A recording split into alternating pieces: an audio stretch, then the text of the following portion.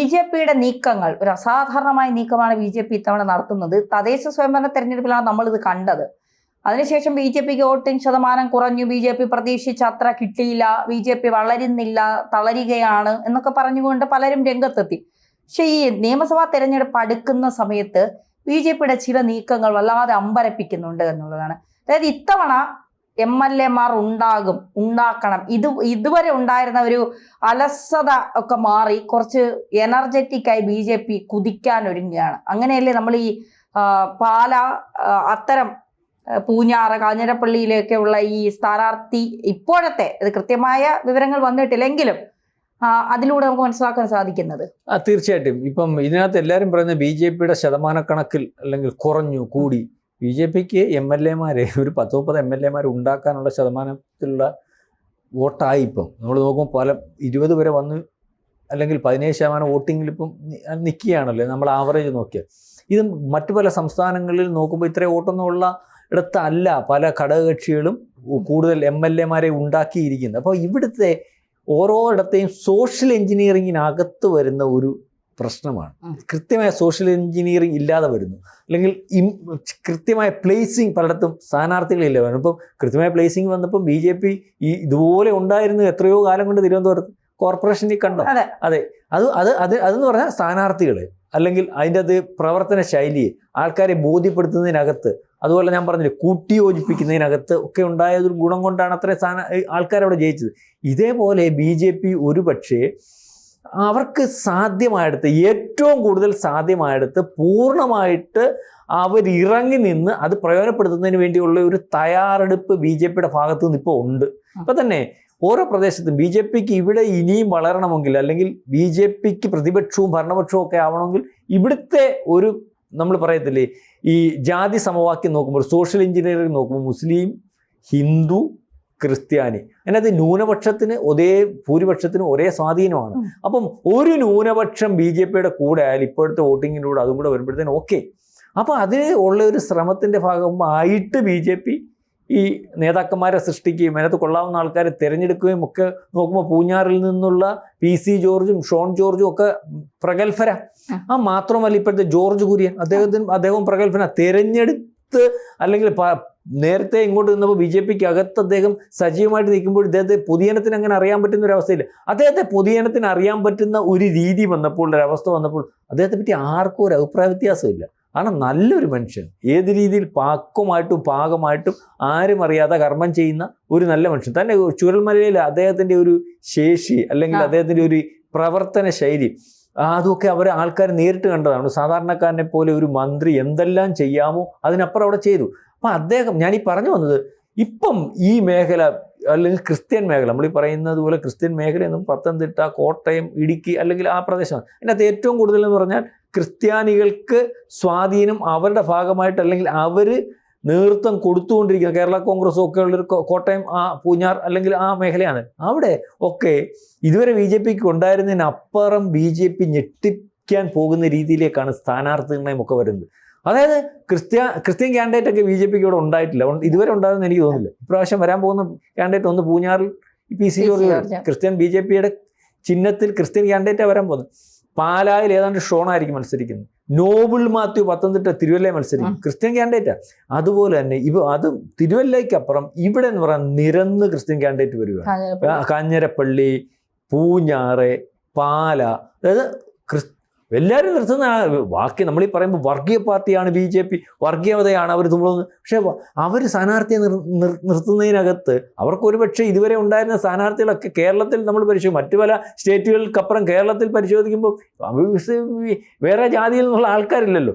അപ്പം ഈ മറ്റ് അവരിൽ നിന്ന് വ്യത്യസ്തമായി അവർ നോക്കുമ്പോൾ അവർക്ക് ഇവരേ ഉള്ളൂ. ഇപ്പം പൂഞ്ഞാറ് നിർത്താൻ ഒരു ക്രിസ്ത്യാനിയൊന്നും ബി.ജെ.പിക്കകത്ത് കാണത്തില്ല, അല്ലെങ്കിൽ അന്നേരം ഹിന്ദു വരും. ഈ പാലയിലാകുമ്പോഴും വേറെ ക്രിസ്ത്യാനിയൊന്നും കാണത്തില്ല, ഹിന്ദു വരും. അല്ലെങ്കിൽ കാഞ്ഞിരപ്പള്ളിയിലായിരിക്കും ഹിന്ദു വരും. ഇപ്പം ഇവർ അതിനകത്ത് മാറ്റം വരുത്തി. ഒരുപക്ഷെ ജാതി നോക്കിയും മതം നോക്കിയും ഒക്കെ സ്ഥാനാർത്ഥിയെ മറ്റു പല പാർട്ടികളും തീരുമാനിക്കുമ്പോൾ, അല്ലെങ്കിൽ അങ്ങനെ തീരുമാനിച്ച് മുന്നോട്ട് പോയിരിക്കുമ്പോൾ കാലങ്ങളായിട്ട് CPM ഒക്കെ എന്ന് പറഞ്ഞാൽ ഏത് മതത്തിനാണ് വോട്ട് കൊള്ളുന്നത് അയാളായിരിക്കും ഇവിടുത്തെ സ്ഥാനാർത്ഥി, ആർക്കും മനസ്സിലാവത്തില്ല.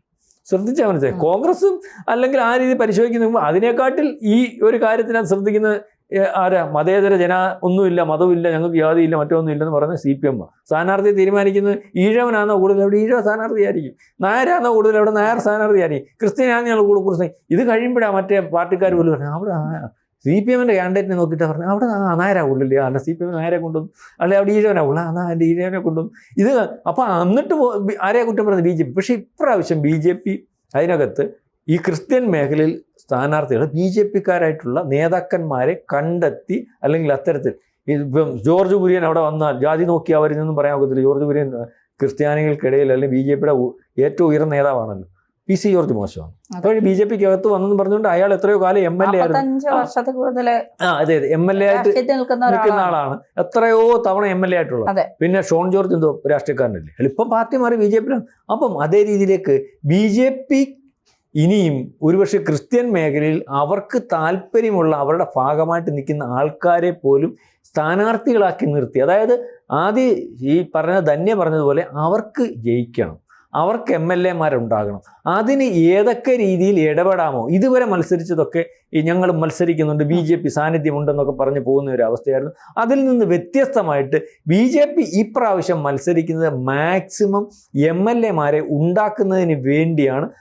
അതുകൊണ്ടാണ് എല്ലാ പ്രദേശങ്ങളിലും ആദ്യം അവരുടെ A-ക്ലാസ് മണ്ഡലങ്ങൾ 40ഓളം വരുന്നുണ്ട്, 50,000-നകത്തോട്ട് വരുന്നത്.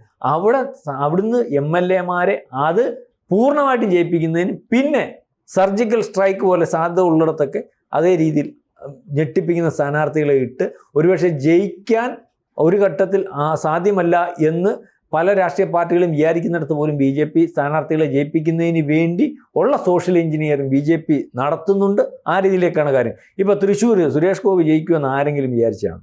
എല്ലാവരും ചോദിച്ചു എത്ര രാഷ്ട്രീയ നമ്മുടെ ചാനൽ മാത്രം, അല്ലെങ്കിൽ നമ്മളെന്ന് പറഞ്ഞു, കാരണം അതിനകത്തുള്ള ഒരു പൾസ് വെച്ചിട്ട് നമ്മൾ പറഞ്ഞ് ഈ പറഞ്ഞ സുരേഷ് ഗോപി അവിടെ വെച്ചു. പക്ഷേ ഇവിടുത്തെ പ്രമുഖ ചാനലുകളും അല്ലെങ്കിൽ വിലയിരുത്തലുകാരും ഒക്കെ പറഞ്ഞു ഇല്ല അവസാനം തോറ്റു. അതേപോലെ ഞെട്ടിക്കാൻ കഴിയുന്ന പല സീറ്റുകളും അല്ലെങ്കിൽ അത്തരത്തിലുള്ള സ്ഥാനാർത്ഥികളെയും ഒരുപക്ഷെ കേരളത്തിലുടനീളം BJP ഈ പ്രാവശ്യം അവതരിപ്പിക്കും. അത് ഫലപ്രാപ്തിയിലെത്തും എന്നുള്ള രീതിയിലേക്കാണ് കാര്യങ്ങളുടെ പോക്ക്. ക്രിസ്ത്യാനിക്ക് BJP-യോട് അല്ലെങ്കിൽ അടുക്കുന്നതിന് അതൃപ്തിയില്ല എന്നുള്ള രീതിയിലേക്കും, അല്ലെങ്കിൽ അത്തരത്തിൽ ഒരുപക്ഷെ അങ്ങോട്ട് ഇലക്ഷനോട് അടുക്കുമ്പോൾ ആ ഒരു അടുപ്പം കൂടി വരുന്ന രീതിയിലേക്കും ഒക്കെയാണ് കാര്യങ്ങൾ. ഏതായാലും BJP വലിയ തയ്യാറെടുപ്പിലാണ്, വലിയ നീക്കത്തിലാണ്.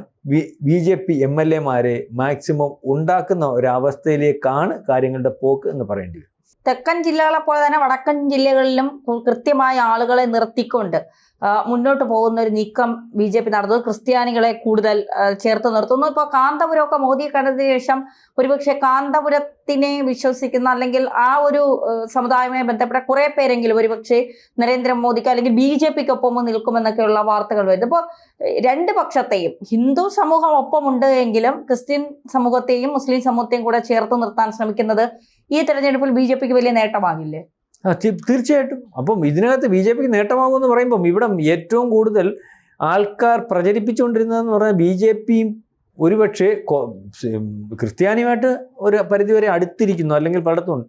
മുസ്ലിങ്ങൾ പറ്റത്തില്ലെന്ന് പറഞ്ഞാൽ ഇപ്പോൾ എവിടെ മുസ്ലിങ്ങൾ പറ്റത്തില്ല എന്നുള്ള കാര്യവും അല്ലെ BJP-യോട് അടുക്കത്തില്ല എന്നുള്ള രീതിയിലേക്കുള്ള കാര്യവും ഈ പറഞ്ഞ പ്രമുഖരായിട്ടുള്ള ഒരിക്കലും നമുക്ക് ഒരു വിശ്വസിക്കാൻ പറ്റാത്ത ആൾക്കാരുടെ ഇടയിൽ നിന്ന്, മുസ്ലിങ്ങളുടെ ഇടയിൽ നിന്ന്, മുസ്ലിം മത നേതാക്കന്മാരുടെ ഇടയിൽ നിന്ന്, കാന്തപുരം പോലെയും സമസ്തയുടെയും പോലെയുള്ള നേതാക്കന്മാരുടെ ഇടയിൽ നിന്ന് ഇല്ല ഞങ്ങൾക്ക് ഈ വർഗീയത പറ്റത്തില്ല, ഞങ്ങളതിന് ആരെയും പ്രോത്സാഹിപ്പിക്കുന്നില്ല, ഞങ്ങൾക്ക് ഞങ്ങളുടെ മതത്തിൻ്റെ ആചാര്യമനുസരിച്ച് ജീവിക്കണം, പക്ഷേ ഞങ്ങൾ ആ ആചാര്യമനുസരിച്ച് ജീവിക്കാൻ പറ്റുന്ന രാജ്യം തന്നെയാണ് ഇന്ത്യ.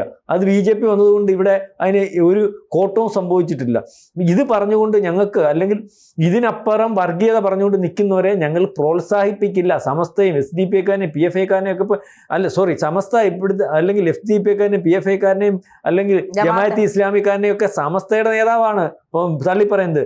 അതുപോലെ BJP കൊള്ളാമെന്ന് പറയുന്നത് ആരാണ്? കാന്തപുരമാണ് പറയുന്നത്. നമ്മൾ ഇതുവരെ കണ്ടുകൊണ്ടിരുന്ന ഇവരൊക്കെയാണ് ഇവിടെ വർഗീയത ഉണ്ടാക്കുന്നത്, വിഷം തുപ്പുന്നത്, അല്ലെങ്കിൽ പ്രശ്നങ്ങൾ ഉണ്ടാക്കുന്നത്. അപ്പോൾ ആ രീതിയിലേക്കാണ് മാറ്റം വരുന്നത്. ഈ മാറ്റം നാളെ കാലത്തെ ഈ ഒരു ന്യൂനപക്ഷം മാത്രം BJP-യുടെ ഭാഗമായിട്ട് ഇരിക്കുമെന്ന് വിചാരിച്ചിരുന്ന BJP-ക്ക് പോലും അമ്പരിപ്പിക്കുന്ന ഒരു കാര്യമാണ് ഇവരുടെ പ്രസ്ഥാനങ്ങൾ. നാളെ കാലത്ത് അവർക്ക് ഈ വിഷയത്തിനകത്തും അല്ലെങ്കിൽ ഈ BJP എന്ന് പറയുന്നത് കുഴപ്പമുള്ളതൊന്നുമല്ല, അല്ലെങ്കിൽ തൊട്ടുകൂടാത്തതൊന്നുമല്ല, നമ്മളെ തീർക്കാൻ നിൽക്കുന്നതല്ല എന്ന് അവർക്ക് തോന്നി, അല്ലെങ്കിൽ തോന്നിയിരിക്കുന്നു. അല്ലെങ്കിൽ അത്തരത്തിൽ അവരോട് യോജിച്ച് പോകുന്നതുകൊണ്ട് കുഴപ്പമില്ല. അവർ ഈ 11 കൊല്ലവും പരിശോധിക്കുമ്പോൾ അടിസ്ഥാനപരമായിട്ട് ഇവിടുത്തെ BJP സർക്കാരോ നരേന്ദ്രമോദിയോ അല്ലെങ്കിൽ സംഘപരിവാറോ ഒന്നും ചെയ്തിട്ടില്ല. വ്യാജ പ്രചരണങ്ങൾ ആണ് ബാക്കിയുള്ളതല്ല. യാഥാർത്ഥ്യത്തിലേക്ക് നോക്കുമ്പോൾ അല്ലെങ്കിൽ യാഥാർത്ഥ്യം പരിശോധിക്കുമ്പോൾ ഈ നേതാക്കന്മാർക്കൊക്കെ മനസ്സിലായത് അവർ ഇതുവരെ അത് മനസ്സിലായിട്ടും പറഞ്ഞില്ലെന്നേ ഉള്ളൂ. ഇപ്പോൾ അത് അവർ പരസ്യമായിട്ട് പറയാൻ തയ്യാറാവുന്നു. മനസ്സിലാവുന്നോ? അതാണ് ഇപ്പോൾ സംഭവിച്ചുകൊണ്ടിരിക്കും. അപ്പോൾ BJPക്ക് കടന്നു കയറാൻ പറ്റാത്ത മേഖലയൊന്നുമില്ല. അടുത്ത പ്രാവശ്യം കൂടെ UDF അധികാരത്തിൽ വരാതിരിക്കുന്ന ഒരവസ്ഥ ഉണ്ടായാൽ ഒരുപക്ഷെ BJPയുടെ കൂടെ കൂടുന്ന കാര്യത്തിനകത്ത് മുസ്ലിം ലീഗ് പോലും ആലോചിക്കുന്ന ഒരു അവസ്ഥയിലേക്ക് ജിയോ പൊളിറ്റിക്സ് വരും. അതിനകത്ത് തർക്കമൊന്നുമില്ല. കാരണം അതിനകത്തൊരു കാര്യമില്ല. എന്ത് കാര്യം? രാഷ്ട്രീയ പാർട്ടികൾ തമ്മിൽ യോജിക്കുന്നു. അതിനകത്ത് പ്രശ്നം വരണമെങ്കിൽ അവരെ തീർക്കുന്ന ഒരു പാർട്ടിയുടെ കൂടെ യോജിക്കുന്ന ഒരവസ്ഥയല്ലേ ഉണ്ടാവാതിരിക്കുന്നത്. അങ്ങനെ വരുന്നില്ലല്ലോ. അങ്ങനെ വരുന്നില്ലെന്ന് ബോധ്യപ്പെട്ടവർ സംസാരിച്ചു തുടങ്ങി. അല്ലെങ്കിൽ ഇത്രയും കാലത്തെ മുസ്ലിം ലീഗിനെ നോക്കുമ്പോൾ മുസ്ലിം ലീഗിൻ്റെ ഒരു മാന്യതയുണ്ട്. അന്ന് സംശയമുള്ള കാലത്തും അവർ BJP തള്ളി പറഞ്ഞിട്ടില്ല, BJP നേതാക്കന്മാരെ തള്ളി പറഞ്ഞിട്ടില്ല. ഇപ്പോഴും അവർ പറയുന്നില്ല. ചില കാര്യങ്ങൾ പരിശോധിക്കണം എന്നുള്ളതല്ലാതെ മാന്യത വിട്ട് സംസാരിക്കുന്നില്ല.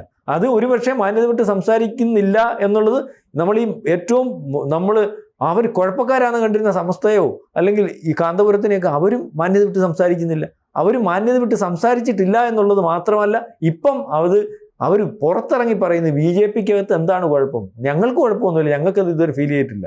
ഞങ്ങൾ ആ ഒരു പ്രശ്നം പറഞ്ഞ് മറ്റ് സമുദായങ്ങളെ പിണക്കി മുന്നോട്ട് പോകാൻ താല്പര്യപ്പെടുന്നില്ല എന്നാണ് പറയുന്നത്. അങ്ങനെ നിൽക്കുന്നവരെ ഞങ്ങൾ അംഗീകരിച്ച് പോകുന്ന അവസ്ഥയുമില്ല.